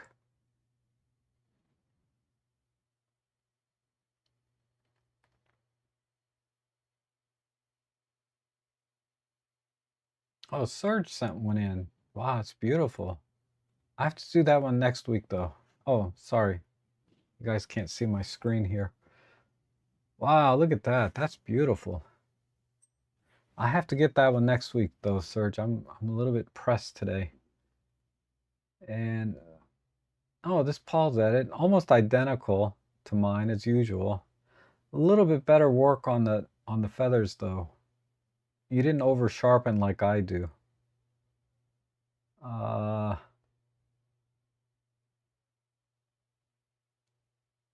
I think that's the main difference. If we go back to my edit, and I made the water darker. But you can see I went a little bit extra on the sharpening on the bird versus what you have here. You didn't quite sharpen quite as much as I did. But the biggest difference is really in the water, I think. Okay, and then this was Chris's edit of the heron. So very, very similar crop, but didn't do any work on the shadows and highlights. It's unfortunate the lighting wasn't great on this bird. I'm thinking about this photo. Let me go back to this. What I did.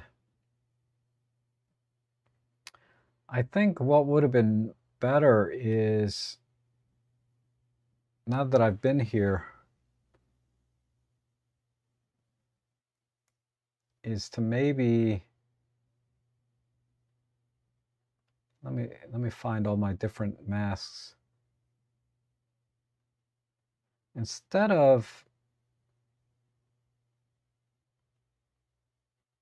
let me hide this. Back this off to 50%. I'm wondering if this might look better. Just owning the fact that the background is going to be overexposed.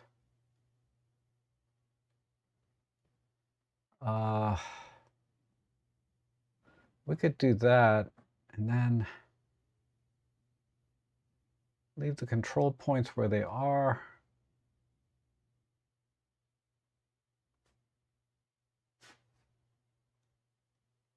Let me do select background.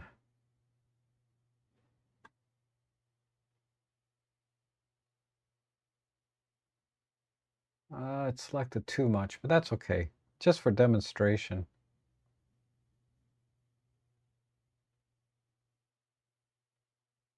Doing something more like this.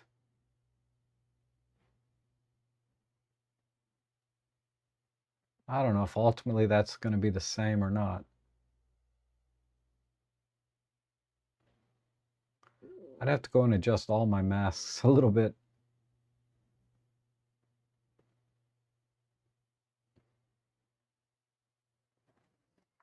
I don't know if that's any better.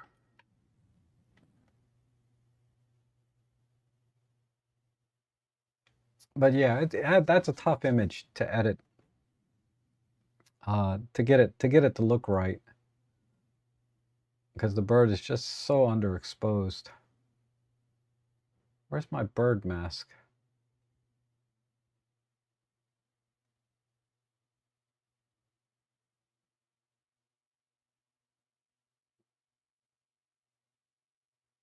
This one.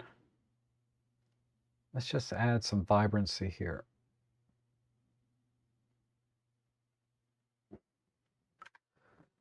Okay, let's call it there. You guys are awesome. And my God, thank you, Eric, so much for the super chat. I really appreciate it. I tell you, you guys are awesome. Some really nice color in the wings. Okay, on the Egyptian goose or whatever that was. Yeah, there was a little. I saw a little bit of orange in the background.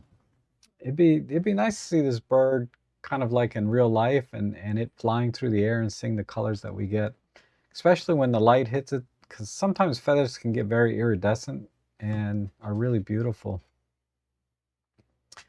And Paul says this was from a burst with the G9 II. Again, had about 25 shots, all nice sharp eyes. Yep, I would say so. And Chris says, thanks for the edit, Rob. I struggled a bit with the composition on the gray heron. I liked having some background, but it was a bit too busy at the bottom. Okay.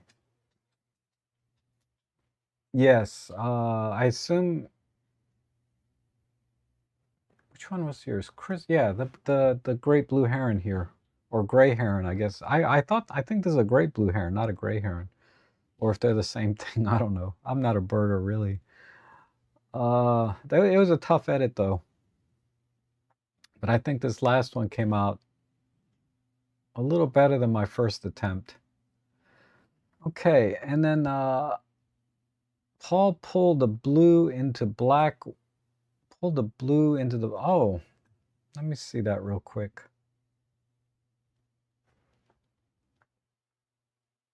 Oh, yeah. I see there's wow, look at that. Yeah, I can see it now. Definitely mine stayed a little bit on the more gray black side than blue. I didn't quite pull it out quite as much. I agree. Okay. Good eye, Heather. You guys are getting good. Yes, lots of color in the wings. The raw didn't really show it. Had to do a bit of work to pull it out. Yeah, I see. Because when we look at this, right, there's a little bit of a teal color here, then blue stripes here, I'm guessing. And then maybe a little bit of orange right in here. So it's really actually quite interesting. Because I didn't bring that out at all in my edit. You can see the teal here, but it doesn't stand out like in the original. Very interesting. I think if I saw this bird in real life, like when it's flying and stuff, my edit would be a little bit more like what you did. And that's the difference of working on just images without actually having taken the picture yourself, right? Because you don't know exactly what it was about the scene that you really like sometimes. Because what I get is basically I see the overall composition, and then I try and extrapolate the colors that I see. But okay, thanks so much again for joining me today. I really appreciate all the support and super chats I got today and the coffees and thank you so much for sending your images in. It's always a pleasure to edit them. Hopefully you picked up a few tricks. I think the fake sun thing was kind of new today. I hadn't really showed you guys that before because I rarely do it because it's fake, right? It's not really a sun there, but I thought this image here was sort of ideal for that, right? So that's why I did that. And a little bit of work in punching out or using the hole puncher tool to get a blurry background kind of helped too. So those are things I don't do very often, but I did use today. So take note of that. And other than that, you guys have a great weekend. I'll be back on Sunday. Thanks again for joining me.